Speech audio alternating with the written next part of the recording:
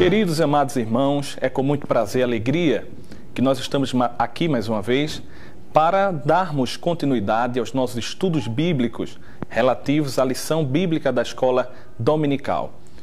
Tem sido momentos de muita alegria e de edificação espiritual, onde nesse último trimestre de 2016 temos estudado lições que tratam acerca da providência divina em tempos de crise.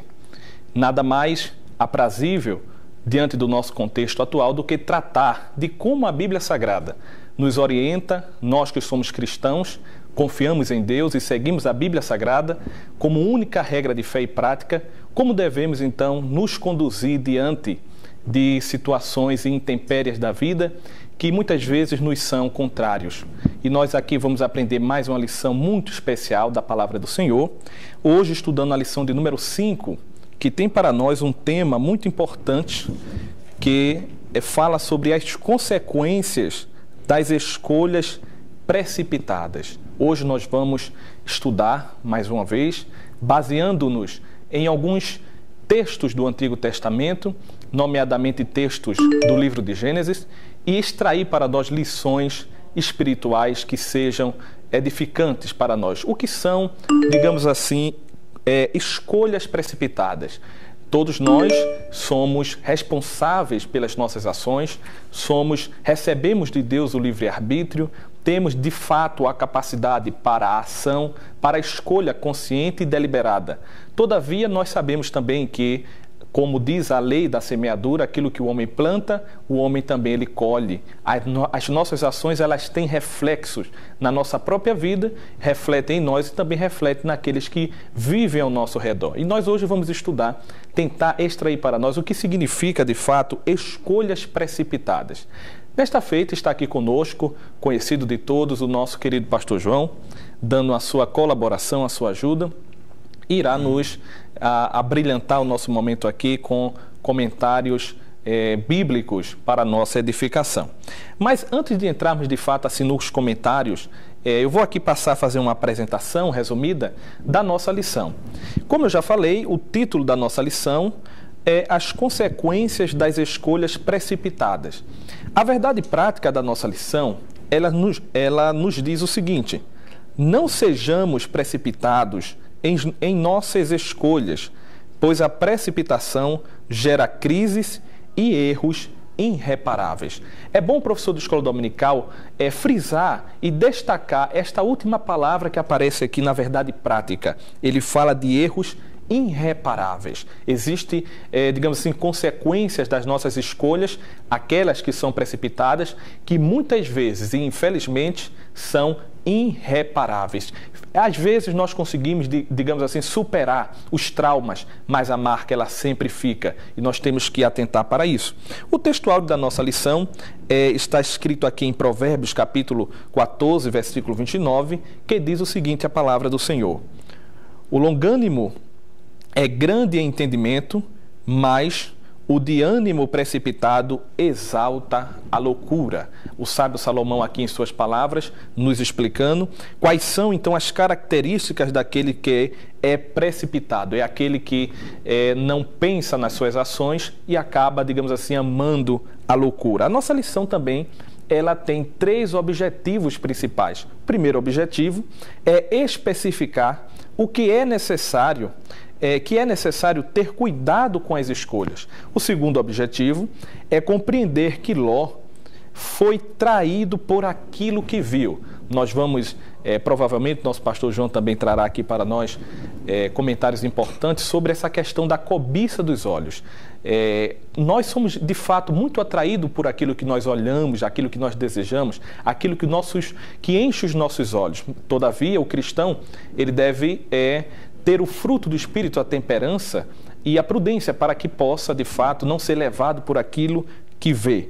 E, por último, explicar como Ló é um exemplo de prosperidade e perdas. Esses são os objetivos da nossa lição e, com a graça de Deus, nós vamos tentar alcançá-los. Muito bem, pastor João, esta lição ela tem para nós aqui um exemplo muito interessante sobre Abraão. Eu queria abrir, pastor João, o nosso diálogo retomando aquilo que nós estávamos há pouco conversando aqui sobre a questão da personalidade de Abraão. O primeiro ponto da lição fala sobre o cuidado com as escolhas e já começa falando sobre a prosperidade de Abraão. Abraão, ele alcançou muita prosperidade, a Bíblia retrata Abraão como um homem de fé, mas houve momentos na vida de Abraão que Abraão ele faltou com a paciência. Então, como nós podemos então retratar a figura de Abraão nesse contexto da lição de hoje acerca das escolhas? Meu caro Alexandre, Leandro, eu quero agradecer a Deus, quero agradecer ao nosso pastor, Roberto José dos Santos. Não posso deixar de também ser grato ao nosso superintendente, pastor Stevens, e os demais irmãos que cooperamos junto na diretoria ou na superintendência. E, ao mesmo tempo, expressar minha gratidão por ter, mais uma vez, estar aqui e podermos falar um pouco, montar aqui um diálogo, vamos dizer assim, sobre esta lição. E isso nós sabemos que não ficará aqui entre nós. Verdade. Isso percorrerá o mundo através da rede mundial de computadores. E é provável que daqui a anos, em alguma parte desse globo terrestre, alguém sentado diante do seu computador ou de outro meio que as mídias vai mostrando cada ano, se debare diante de nós, dialogando sobre esse importante assunto. Então, louvamos a Deus por isso e que, sobretudo, essa lição possa trazer frutos em vidas que estão a ponto de cometer ou de fazer escolhas que será a ruína para si e para a família, para o restante da vida. Abraão, ele foi um homem que sempre foi um homem que viveu bem. Mas ainda cedo, ou seja, em determinada idade, eu acredito que, porque ele chegou na Palestina mais ou menos aos 75 anos, nessa faixa, mas antes disso ele ouviu a voz de Deus e decidiu largar tudo que tinha para trás lá em Ur e seguir o que Deus tinha mandado. Então ele é conhecido como homem de fé. Mas uma das paredes de toque de sua vida, ele era um homem obediente a Deus. Ele cria em Deus de forma inabalável. Abraão cria em Deus. Ele era um homem que não duvidava de Deus.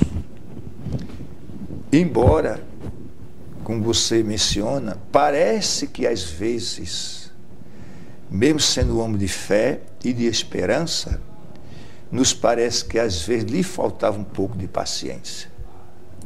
Mas, no caso da nossa lição, vamos encontrar que ele não só foi paciente, mas foi também longânimo, porque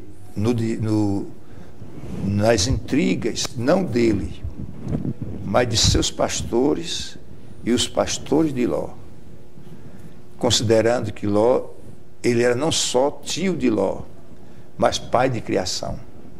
Então Ló devia muito a Abraão, a honra inclusive de pai, que ele não teve. Mas Abraão, no que pese tudo isto, ele foi, porque eu digo que ele foi também longânimo, que ele não quis impor um direito que lhe pertencia. Ele tinha voltado do Egito, onde as entrelinhas, quando lemos o capítulo 12 de Gênesis todo com cuidado, vamos verificar que parece que as coisas não foram das melhores por lá. Mas pelo menos ele voltou rico. Voltou rico.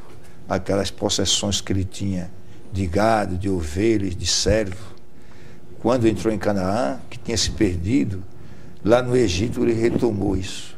Pastor, me permita, isso se assemelha muito com o caso até do próprio povo de Israel, que quando saiu do Egito, né, viveu no Egito como peregrino, como escravo, mas quando saiu com toda a riqueza do Egito. Diz que Abraão, ele tipificou isso antecipadamente. Ele voltou do Egito simplesmente muito rico. E nos parece que foi ali que veio aquela escrava egípcia por nome Agar. Que a gente, vamos ver mais tarde as coisas, né? Então, meu caro, Abraão era obediente, Abraão tinha fé, Abraão tinha esperança, mas nós encontramos que às vezes, pelo menos no caso do Egito, me parece que houve assim, em algumas ocasiões, encontramos ele faltando um pouco de paciência. Né? Paciência. Mas aqui o texto que me chama a atenção é esse versículo 10. Quando diz que quando da queixa, da briga em família, ele chamou Ló e disse: olha, Ló, a terra está diante de nós. Nós somos irmãos. Não vamos estar brigando, que isso não é bom briga entre irmãos. Faz o seguinte, a terra está aí, escolha para onde você quer ir. E deu as coordenadas: se for para o norte, eu vou para o sul; se for para o leste, se você for uma parte, eu vou para a outra. E escolha o local que você quer ir. Ele olhou, levantou os olhos.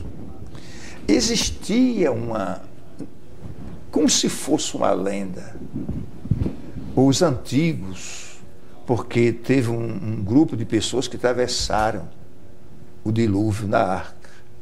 E aquelas pessoas contavam as histórias diante do dilúvio. Sim. Como era a terra antediluviana. Eles contavam para aqueles seus descendentes. Ora, você imagina a pessoa chegar para 100, dizer: 100, você é filho de Deus, você veio do outro lado, você conheceu tudo. Como é que foi esse negócio? O Jafé, a mesma coisa, né? O Cã. E eles contavam como era a terra, o que tinha, a riqueza, as cidades, as planícies, os jardins, as árvores. Ele contava tudo. E uma das coisas que marcou aquela geração pós-diluviana foi a ideia do Éden. Quando se viu uma coisa muito bonita, muito tranquila, bom de se viver, se dizia: isso aqui é como o jardim do Senhor. É o que nos diz aqui o versículo 10. Porque isso aqui é grande, porque se você analisar, só que parece nada. Mas diz assim: Ló levantou os seus olhos e viu toda a campina do Jordão, que era toda bem regada, antes de o Senhor ter destruído Sodoma e Gomorra. Diz assim: e era como o jardim do Senhor, pelo que se contava. Podia-se comparar aquela região com o Éden. Era a terra boa, de se viver, tranquila, fértil. Tudo ali era muito bom, muito agradável. Por isso eu vou para ali. Mas a visão de Ló era uma visão apenas no nível material, não é, pastor? No nível material. Só no material. A questão do jardim do Senhor. Por isso que é como o jardim do Senhor. É uma comparação. É uma comparação que eles faziam ali. Por isso eu vou para lá. Mas a questão ali era uma questão material, física, literal. Não tinha nada do espírito. Já Abraão, a visão dele era outra. A visão de Abraão era espiritual. Abraão foi um homem que, entre todas as coisas, nunca ele teve apego às coisas terrenas. Que apego às coisas terrenas é uma miséria para aqueles que querem seguir a Deus. E nesse contexto aqui, pastor, do capítulo 13, Abraão já havia recebido a promessa do capítulo 12. Deus prometeu ao patriarca que faria dele uma grande nação. E o que me chama a atenção é que, apesar da promessa de Deus a Abraão, já no capítulo 12, no meio dessa contenda que houve entre ele e o seu sobrinho, mesmo assim, Abraão não se preocupou, pelo menos inicialmente, em tentar ajudar Deus a cumprir a promessa. Ou seja, Deus fez a promessa, mas Abraão não se preocupou. Diz, olha, Ló, escolhe o lugar para onde você quiser ir. Ló escolheu aquilo que materialmente era atrativo, a Campina do Jordão, muito bem regada, chamativo, e foi. E Abraão ficou no deserto. Mas ele era portador da promessa.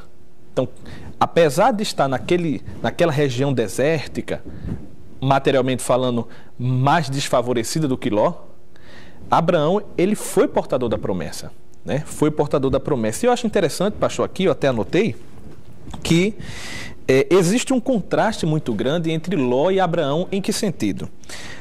O versículo 11 do capítulo 13, quando Abraão fez a proposta a Ló para que este escolhesse para onde ele quisesse ir, a Bíblia vai dizer o seguinte: então Ló escolheu para si toda a Campina do Jordão. Foi. Essa expressão, escolheu para si, é uma expressão muito forte, pastor. Quer dizer, inclusive não permitiria que, por acaso, outro se aproximasse dali. Ou seja, ele não demonstrou, digamos assim, o cuidado que Abraão tinha em, nas suas escolhas, consultar o Senhor, que é aquilo que o autor da lição destaca sempre aqui. Existe uma diferença entre escolheu para si, que é algo totalmente autônomo, ou seja, sem precisar do conselho de Deus, da orientação de Deus, da direção do Espírito Santo de Deus, e daquilo que está escrito aqui no versículo de número 15, quando diz o seguinte: no versículo 14, o Senhor apareceu a Abraão, depois que Ló se apartou dele, e disse o seguinte a Abraão: levanta agora os teus olhos e olha. Quando Abraão fez a proposta para Ló, a gente vê que o próprio Ló, ele viu que a Campina do Jordão era algo agradável à vista. Isso. A iniciativa foi dele. Ele olhou e viu. Quando Deus foi mostrar a terra a Abraão, Abraão não olhou por iniciativa. Deus disse, olha. Ou seja, Deus aqui ele está tomando a liderança. Quando ele diz, levanta agora os teus olhos e olha, desde o lugar onde estás para a banda do norte e do sul e do oriente e do ocidente. Aí o 15 diz, porque toda esta terra que vês te hei de dar a ti e a tua semente para sempre. Uma parte aí.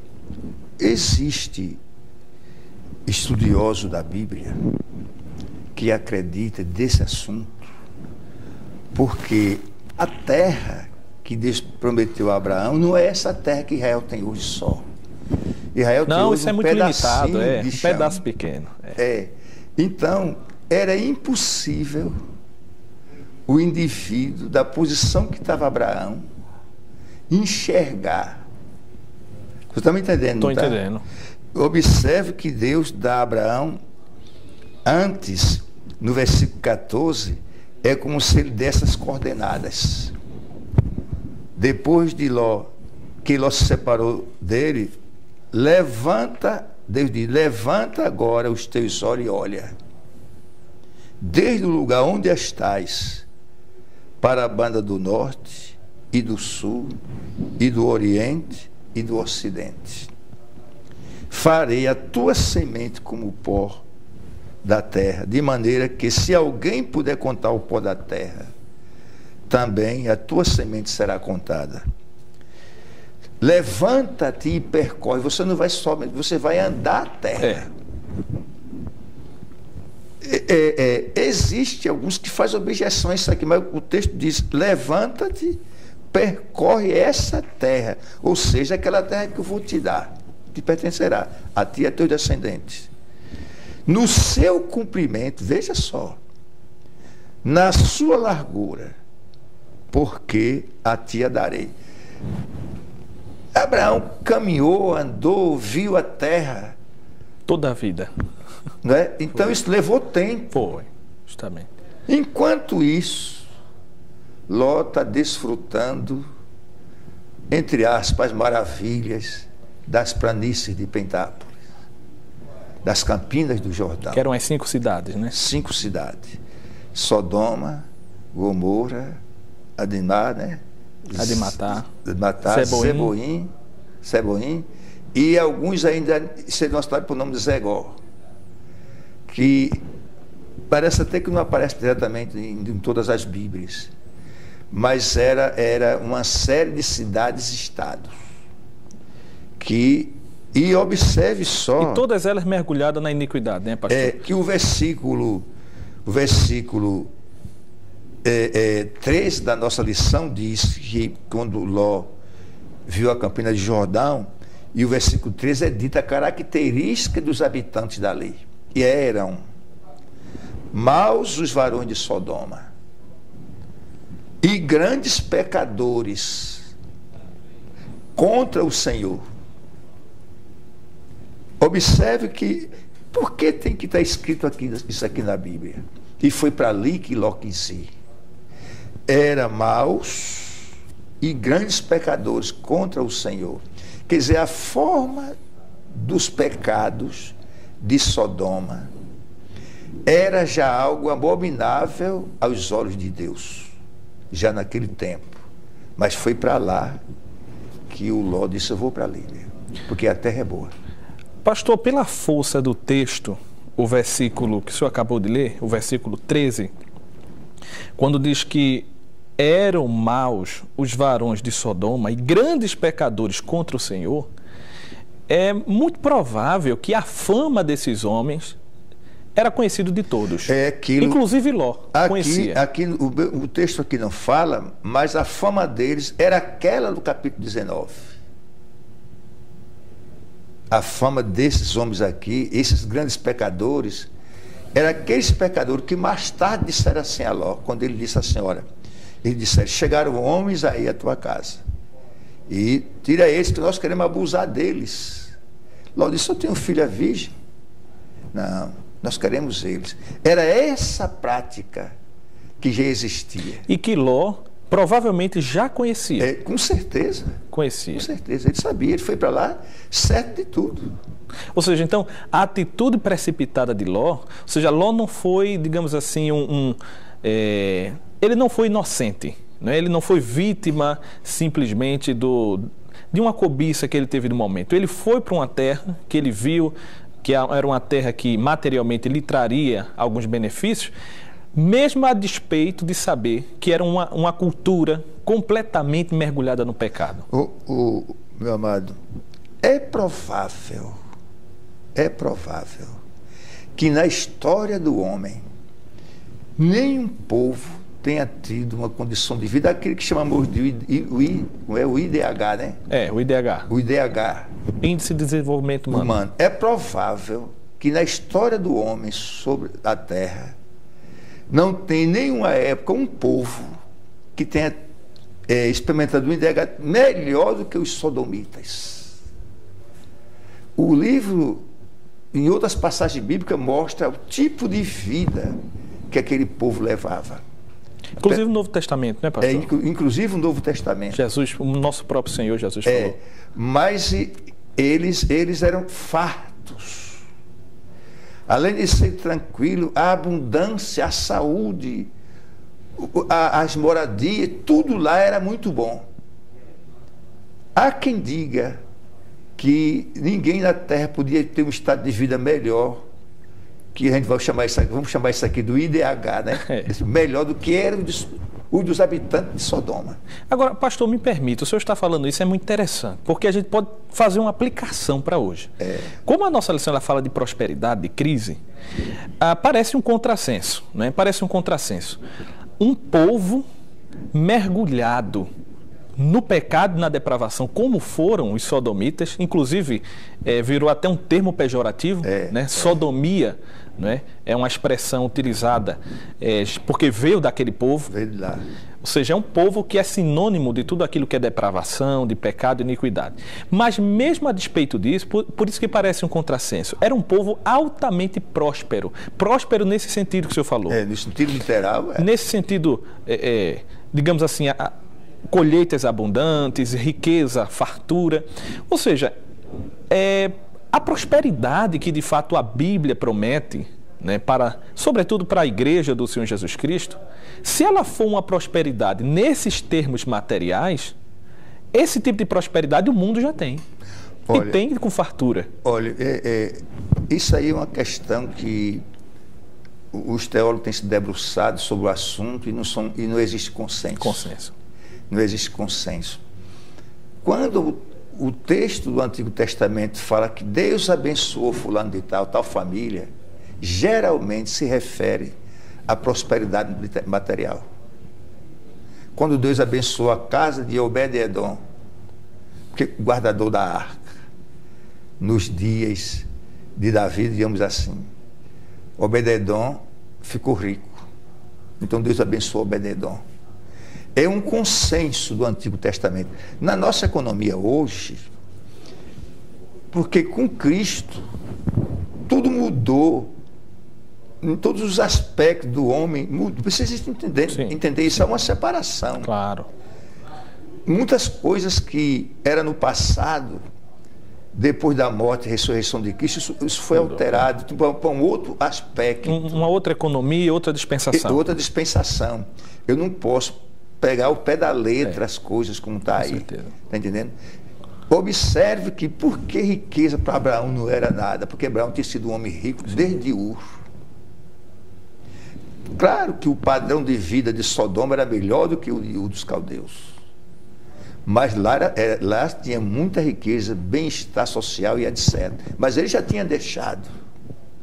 Quando ele foi para Harã, lá em Harã, a vida não foi ruim também, não. Foi muito boa, porque lá ele ficou rico também. Ele prosperou em Harã. Quando ele saiu de Harã, embora ele trouxe consigo o que pôde trazer, mas ele deixou para trás muitas coisas importantes lá em Harã. Então Abraão, por natureza, ele não tinha um coração apegado às coisas aqui. Eu medito nas coisas de Abraão. Observe que ele, a princípio, é como se ele entendesse que tudo aquilo ali era dele.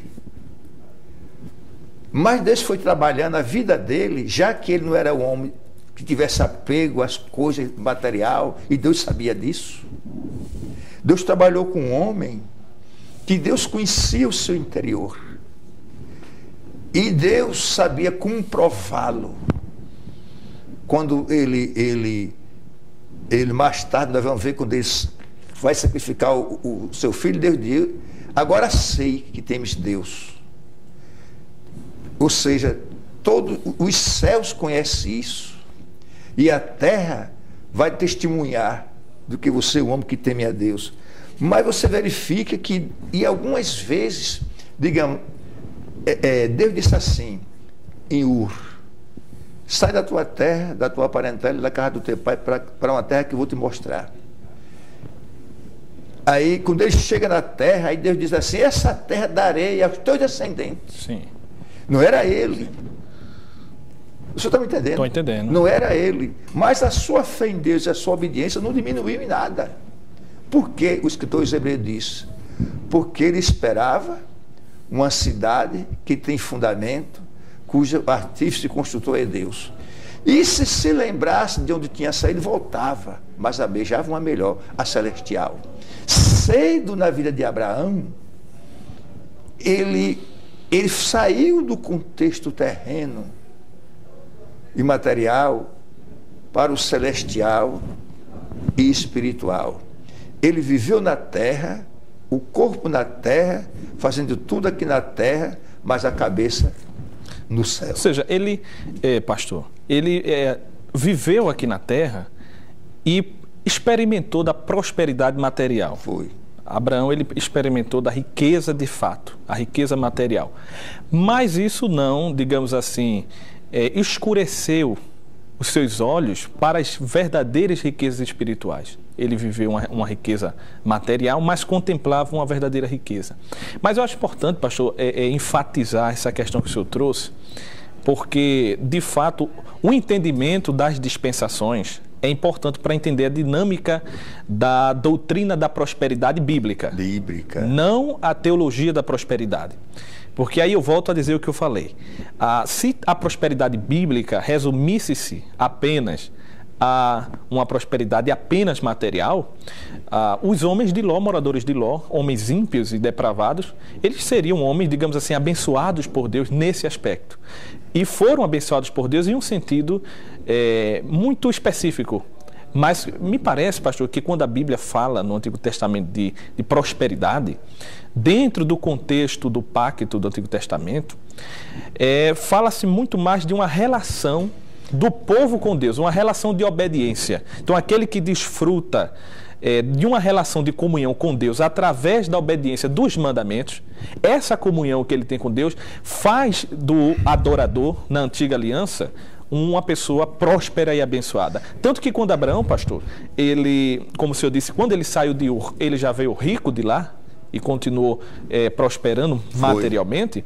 Mas quando Deus falou com ele no capítulo 12 de Gênesis, Deus disse para ele que ele seria uma bênção. Isso. Deus faria dele uma bênção. Então, ser uma bênção é diferente de ter riquezas. Tem pessoas que têm riquezas e não são, de fato, uma bênção nas mãos de Deus, abençoados por Deus. E eu acho que um texto também, pastor, interessante, no Antigo Testamento, é aquele de Deuteronômio 28, né? Deuteronômio 28, eu estou aqui bem perto. Muito bem. Acho que é justamente Deuteronômio esse. 28. Que fala assim, dessas o Senhor bênçãos. te ferirá com loucura. Deuteronômio 28. Não, capítulo 28. Capítulo 28, que fala sobre as maldições. Pronto.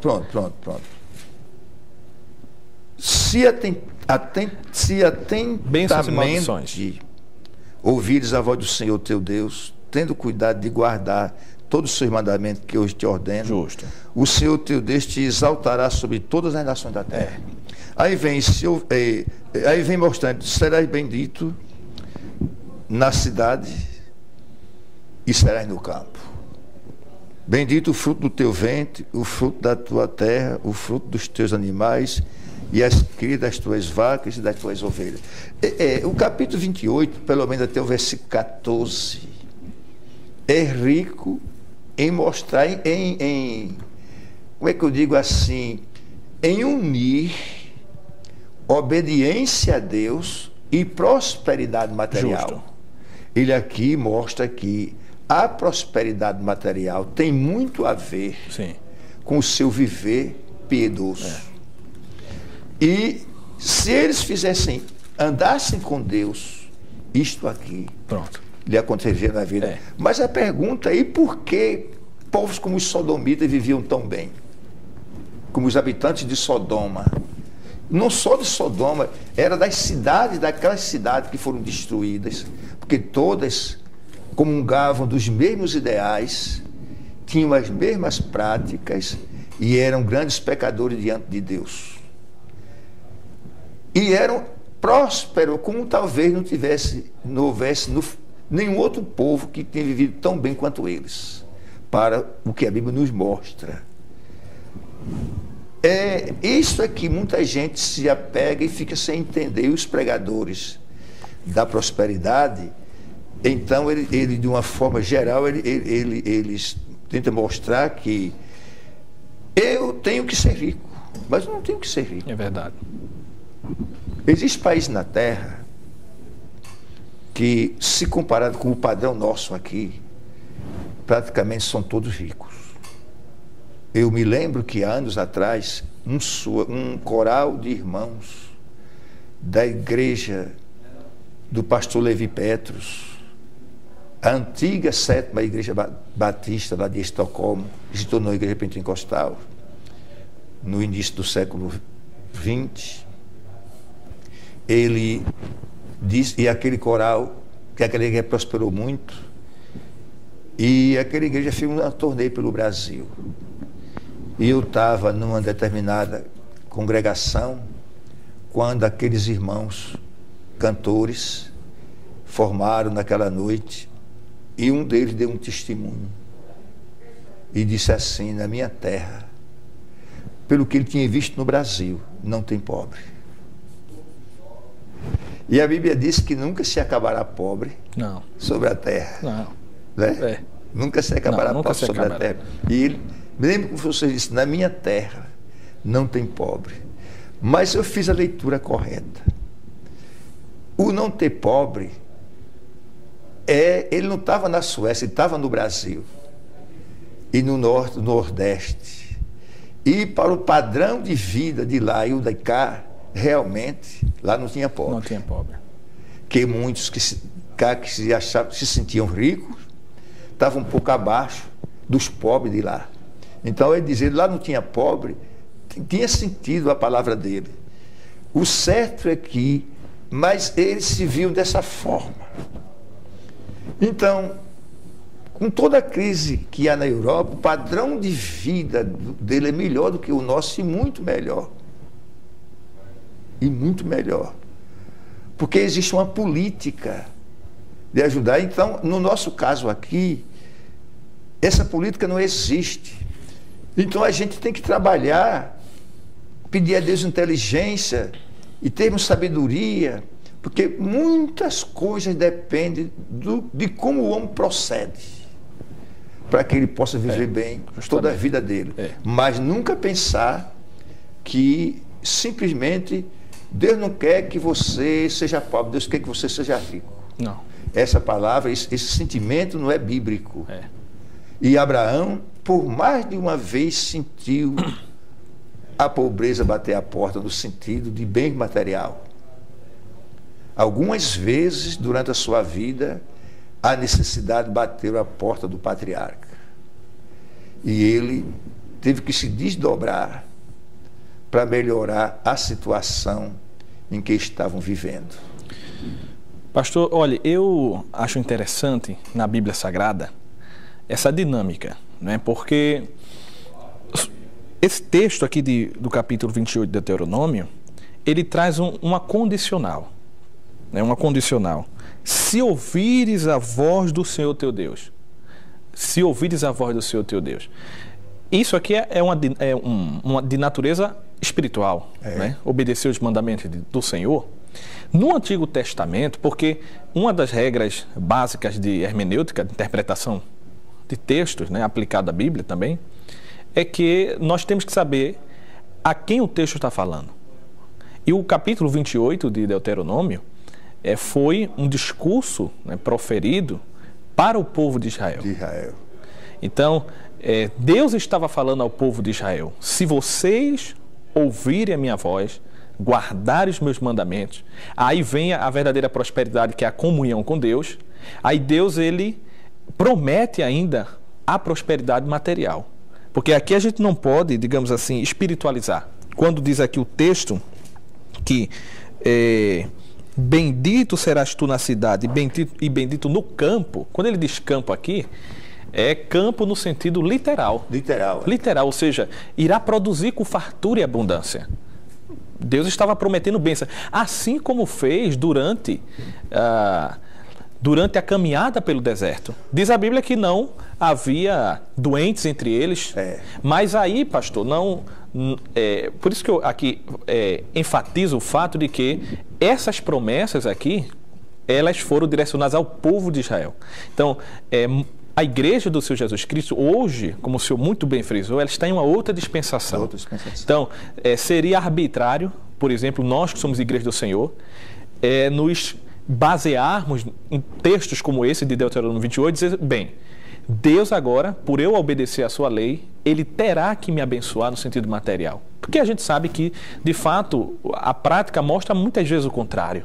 Pessoas que obedecem a Deus, andam nos seus caminhos e por alguns momentos enfrentam alguns desafios e até pobreza. Olha, eu tive contato, quando eu estive fora do Brasil, com muita gente importante na Europa. Conheci muita gente importante, líderes, pastores, e pesquisei para conhecer isso mais a fundo.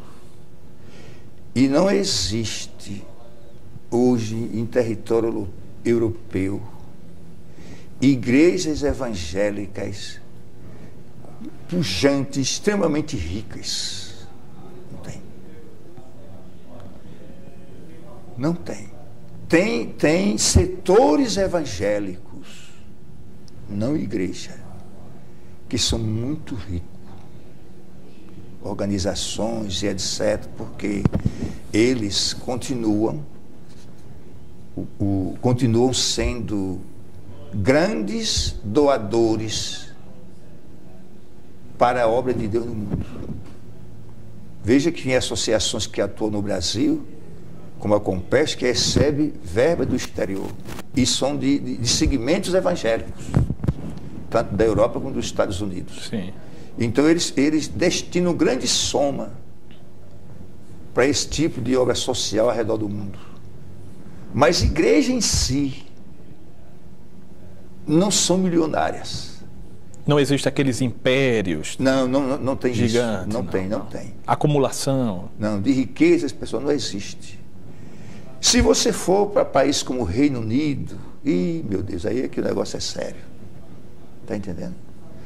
Da Alemanha, onde o dinheiro é repassado através do governo para as igrejas, os dízimos e etc. Na Itália você não encontra igrejas milionárias, riquíssimas. Tem organização muito rica na Suíça. Organização, como aqueles que se reúnem lá os anos em outros lugares. Não é igreja em si. Isso é uma questão que merece a gente se debruçar sobre ele para entender melhor. Então, essas promessas a Israel, do capítulo 28 de Deuteronômio, em certo sentido, ficou essa bênção sobre Israel e durante toda a sua existência, inclusive nos dias atuais. O Israel de hoje não é um povo que se eu possa dizer que é temente a Deus, mas é o remanescente. É o remanescente. E ali tem grandes homens que reconhecem a mão de Deus naquilo que eles fazem. Apesar da incredulidade, eles têm um grande temor à lei de Deus, né? Como Deus tem um plano para esse final de nossa era, então Deus abençoa eles em todos os aspectos. Em todos os aspectos. Se Israel fosse entrar naquela guerra da Síria, no máximo 30, 40 dias que ele estava encerrado.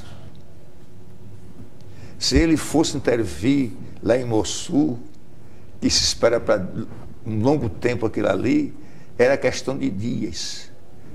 Porque ele não pode passar muito tempo em guerra. Tem que liquidar a fatura rápido. Então, mas Deus nos ajuda nesse propósito. Então, a bênção de Deus, tudo que aquele povo faz, prospera. A base está lá no Antigo Testamento. A bênção de Deus está ali. Que as promessas de Deus não foram revogadas, né, pastor? Não foram revogadas. Não. As promessas de Deus, elas em certos aspectos, elas não são, em alguns aspectos, elas perduram.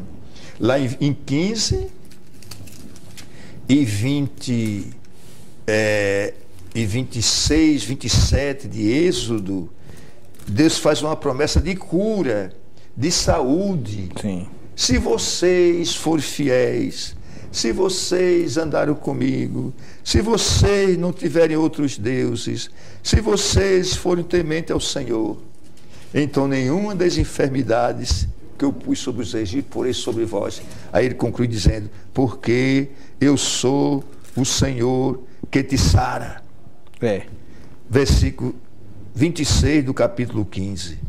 Então você observa, é uma promessa de cura para o povo. O povo terá saúde, mas dependia de ele não ter as práticas dos egípcios.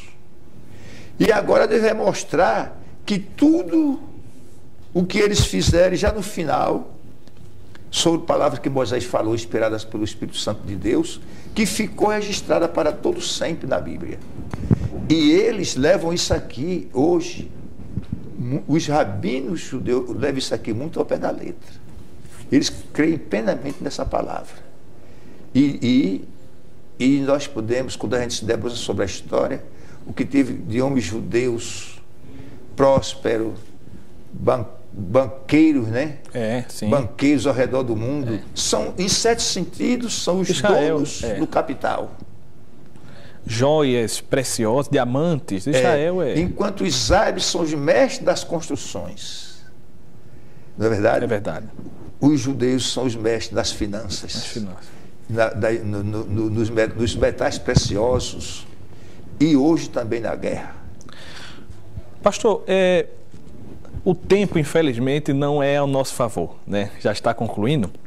Então a gente tem que fechar aqui esta lição, mas acredito que um ponto importante para a gente fechar essa temática de hoje nós tocamos na tecla da questão da nossa relação com Deus, que a obediência aos mandamentos de Deus é importante, essa prosperidade, essa comunhão com Deus é importante e pode resultar ou não em uma prosperidade material. Mas é interessante notar também que esse aspecto espiritual não nos exime da responsabilidade de ir ao trabalho, né? De colocar, digamos assim, a mão na massa, trabalhar. Tem um aspecto espiritual, obviamente, mas também tem um aspecto também muito particular pessoal. Ou seja, o cristão não é aquele apenas que faz a vontade de Deus, trabalha para o reino e espera que tudo caia do céu.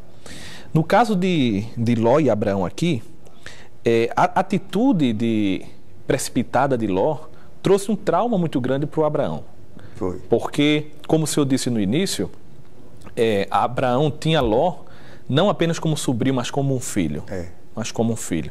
Então, Abraão recebeu a promessa, ele continuou palmilhando por aquela terra, mas ele não ficou de braços cruzados. Continuou trabalhando, cuidando da terra, e Deus foi lhe abençoando, tanto que, quando lá na frente há aquela guerra de 5 reis contra 4 reis, e os 5 reis são derrotados, e entre os 5 está justamente o rei de Sodoma, e naquela época havia o costume de levar os despojos, e também despojos humanos e despojos materiais.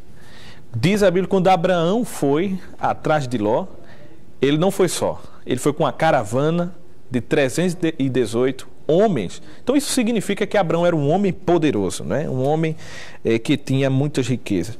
Então, pastor, para a gente fechar essa história, o que é que o senhor tem a dizer em relação à atitude precipitada de Ló e a reação de Abraão, quando Abraão ele poderia ter guardado rancor, né, por aquela atitude do seu sobrinho, que foi uma atitude leviana, digamos assim, mas Abraão, ao ficar sabendo que Ló estava numa situação difícil, ele não pensou duas vezes, e foi à peleja para socorrer a Ló. Então parece que também nesse aspecto está aí também o segredo da prosperidade de Abraão. Não é, pastor? Isto. Abraão. Ali, nós vemos ali 2 modelos de vida entre Ló e Abraão. 2 homens que de alguma forma serviam a Deus, que Jesus deu testemunho de Ló. Ele cita Ló em Sodoma, o justo Ló. Alguém já disse que Ló, perto de Abraão, parecia um ímpio. Junto dos habitantes de Sodoma, era um santo homem. Comparado ao padrão espiritual da vida de Abraão. Observe só. E Abraão mostra isso quando, com toda a ingratidão que sofreu, mas foi socorrer o seu parente, o seu irmão, das garras do inimigo. Porque a derrota de Ló seria também a sua derrota. Precisa entender isso. Quando o nosso irmão cai, que nós não fazemos nada para evitar a sua ruína, a gente também perde. Não é só aquela pessoa que perde. Uma derrota, uma destruição de Ló, também era uma perda para Abraão. Ele não podia perder isso. Então ele reconhecia. E as forças que Deus lhe deu, ele era um homem que transitava bem na terra, então ele tinha seus confederados. Abraão era político, né? Abraão era político e trabalhava bem com uma ciência que chamamos de geopolítica, né? Porque ele lidava com grupos diferentes. E ele juntou esse povo, inclusive o rei de Sodoma. E eram grupos hostis, né, pastor? Isso. Porque o texto diz aqui, o versículo, me permita, o versículo 7, diz que quando houve a contenda dos pastores do gado de Abraão com os pastores de gado de Ló, os cananeus e os ferezeus habitavam na terra. E eram homens de uma convivência meio difícil, porque a Bíblia vai dizer lá na frente que a característica desse povo era um povo aguerrido. Aguerrido. Eles não eram amigos um do outro. Se uniam quando aparecia um extremo, no caso dos filhos de Israel. Mas eles eram inimigos, cada um que lutasse por sua possessão e para tomar o que era de outros. Então Abraão também foi um estadista, não é? Foi um estadista, foi. Ele conseguiu unir aquilo que parecia que não poderia se unir jamais, por uma causa. Mas teve um episódio na vida de Abraão que ajudou muito. É como se ele já tinha levado um tempo, tinha sofrido algum desgaste, aí se encontra com Melquisedeque depois da batalha. E Melquisedeque o abençoou. O abençoou. É como se ele recebesse provisão para um outro trecho longo de caminhada dali para frente. Amém, pastor. É uma alegria muito grande, né? A gente poderia ainda falar muitas coisas, mas nós acreditamos que muito do que foi dito aqui pode ser, de fato, extraído para o enriquecimento da aula do professor da Escola Bíblica Dominical. Então, que Deus possa continuar abençoando a cada um dos nossos professores e enriquecendo a cada um de vocês com esses comentários preciosos que nós tentamos cada vez mais ser o mais possível próximo à fidelidade do texto bíblico, né, para a Igreja do Senhor Jesus Cristo, porque a Bíblia Sagrada, pastor, ela não tem mistério. Não tem mistério, coisas ininteligíveis. O grande desafio é obedecer a palavra do Senhor. Então, que Deus possa, em Cristo, aplicar sua palavra em o nosso coração e tomemos também para nós as lições da vida de Abraão e Ló, para não cairmos no mesmo erro que Ló caiu naquele erro por aquilo que os seus olhos lhe levaram, não é? Como Paulo disse em 1 Coríntios capítulo 10, que aquilo que o povo de Israel passou foi para a nossa lição. Então nós temos que aprender com os homens de Deus do Antigo Testamento, naquilo que eles fizeram de correto e positivo, como também aprender com seus erros e falhas, porque a Bíblia não esconde também os erros e as falhas, para que tomemos cuidado para não cair no mesmo erro. Então que Deus em Cristo continue abençoando você, que é professor de escola dominical, e também queremos dizer que você possa também interagir conosco, sempre acompanhando os nossos vídeos, curtindo, comentando no YouTube e compartilhando também, para que possa servir de edificação espiritual para outras pessoas. Fazendo assim, nós acreditamos, estaremos contribuindo para a edificação espiritual dos nossos queridos irmãos, como também promovendo o conhecimento do reino de Deus. Que Deus em Cristo possa abençoar você em nome de Jesus e sempre lembrando que Deus ele está conosco, independente das crises e adversidades, nos dando sabedoria para tomarmos as decisões corretas no momento correto e as consequências não serem lá na frente danosas para nós. Que Deus abençoe a todos em nome de Jesus. Amém.